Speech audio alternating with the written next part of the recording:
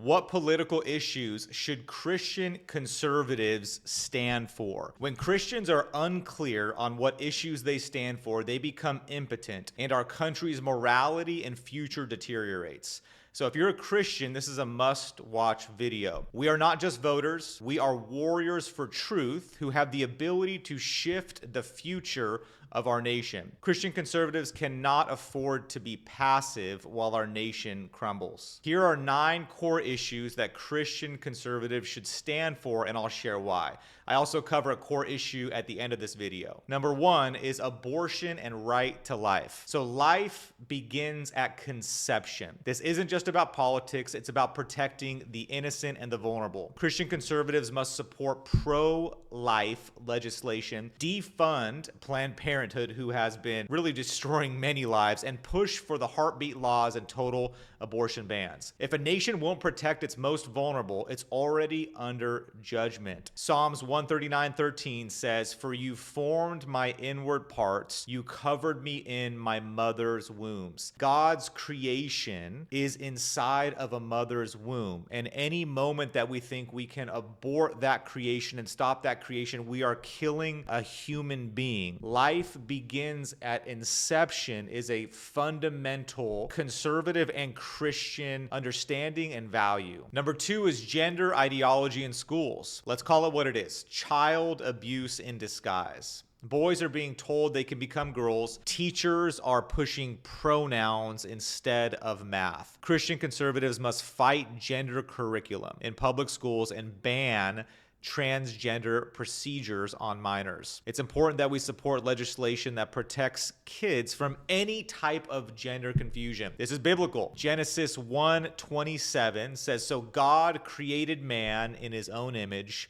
In the image of God, he created man, male and female. He created them." There is a male and there is a female, and there is nothing else. Any type of confusion is from the enemy. Number 3 is parental rights and school choice. You raise your kids, not the government. It's your responsibility.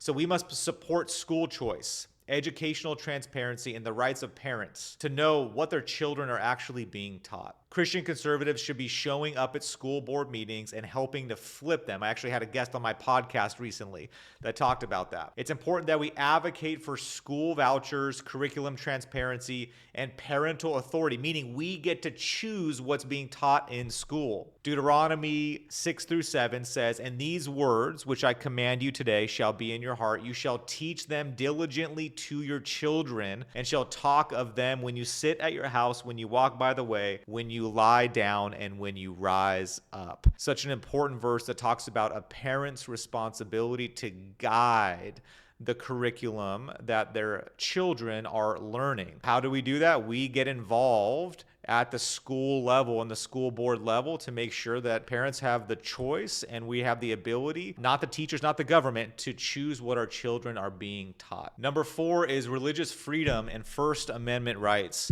So they want to push Christianity out of the public square. So we must protect pastors, which we're heavily involved with, businesses, again, and students from being punished for living out their faith. Christian conservatives should oppose any bill that limits religious freedom of expression, whether in schools, businesses, or government. We must defend the First Amendment, no compromise. Acts 5:29 talks about this.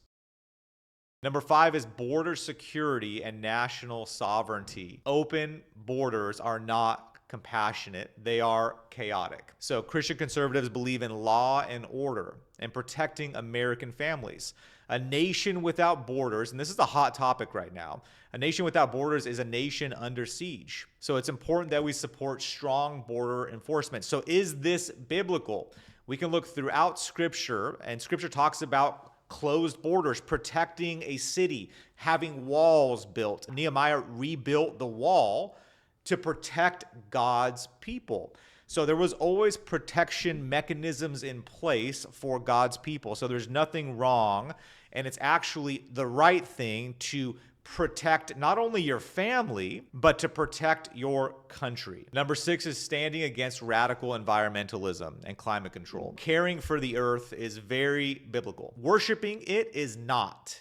So Christian conservatives must oppose climate policies that destroy jobs, raise taxes, empower globalist agendas. We know there's a lot of those. God gave us dominion, not dependency. So it's important that we challenge some of the green initiatives and end some of these policies that we think is saving our planet, but in reality, it's destroying our society and culture. Number 7 is Second Amendment rights. This is important. This is the right to bear arms. It's not just American, it's biblical. God's people have always defended themselves and their families. So Christian conservatives, we must reject any laws, any bans that disarm lawful citizens. Yes, people will abuse their rights. It doesn't mean that we take away guns. When we take away the right to defend ourselves and to protect ourselves, we give the government the ability for tyranny. And so this is biblical. We must have the ability to protect ourselves and to protect our ability to vote for the laws that will govern our country. And Luke 22:36 says, if you don't have a sword, sell your cloak and buy one. Now, this is one that people feel, and that there's people on both sides, that Jesus was basically saying this was theoretically. However, no, biblically, like, it's important that we have a sword. We have the ability to protect ourselves. That doesn't mean that we are focused on violence and looking for opportunities to kill people. It does mean, however, that we have the ability to protect ourselves. I live in Texas, and there are much less crimes in Texas, and especially in our areas, because we know people are carrying. So we know that somebody may be carrying at any moment, so you don't cut the guy off on the freeway because he may pull up and pull a gun on you. When there are guns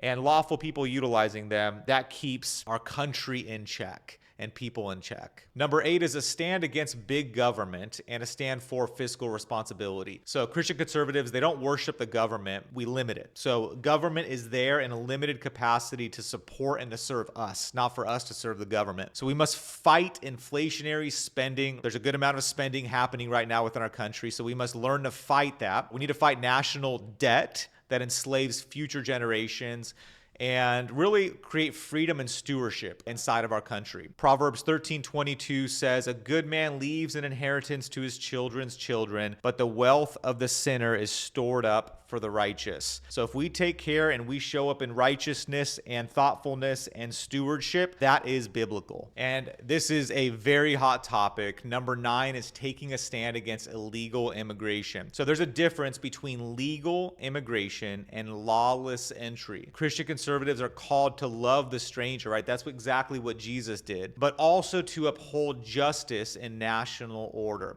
Uncontrolled illegal immigration, it overwhelms our system. It endangers communities. It violates the God-ordained role of the government to protect its people. So compassion doesn't mean chaos. We can value the immigrant without erasing our laws, right? I am pro-immigration.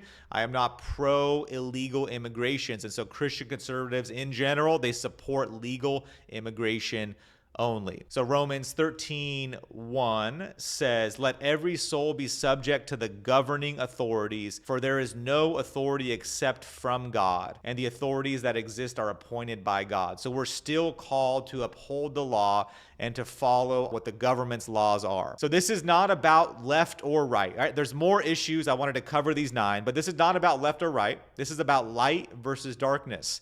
This is about getting clear on what you stand for so you can vote appropriately and shift our country and protect the future of America. Christian conservatives must rise up. We must step into boldness, clarity, and an unshakable faith. It's time that the world knows what we stand for and where we stand, and especially you, so that again, we can protect and guide and set up the future of this nation. If you want more of this content, feel free to subscribe. I'm going to be covering hot issues, cultural issues, political issues, and how they intersect with our faith as Christian conservatives.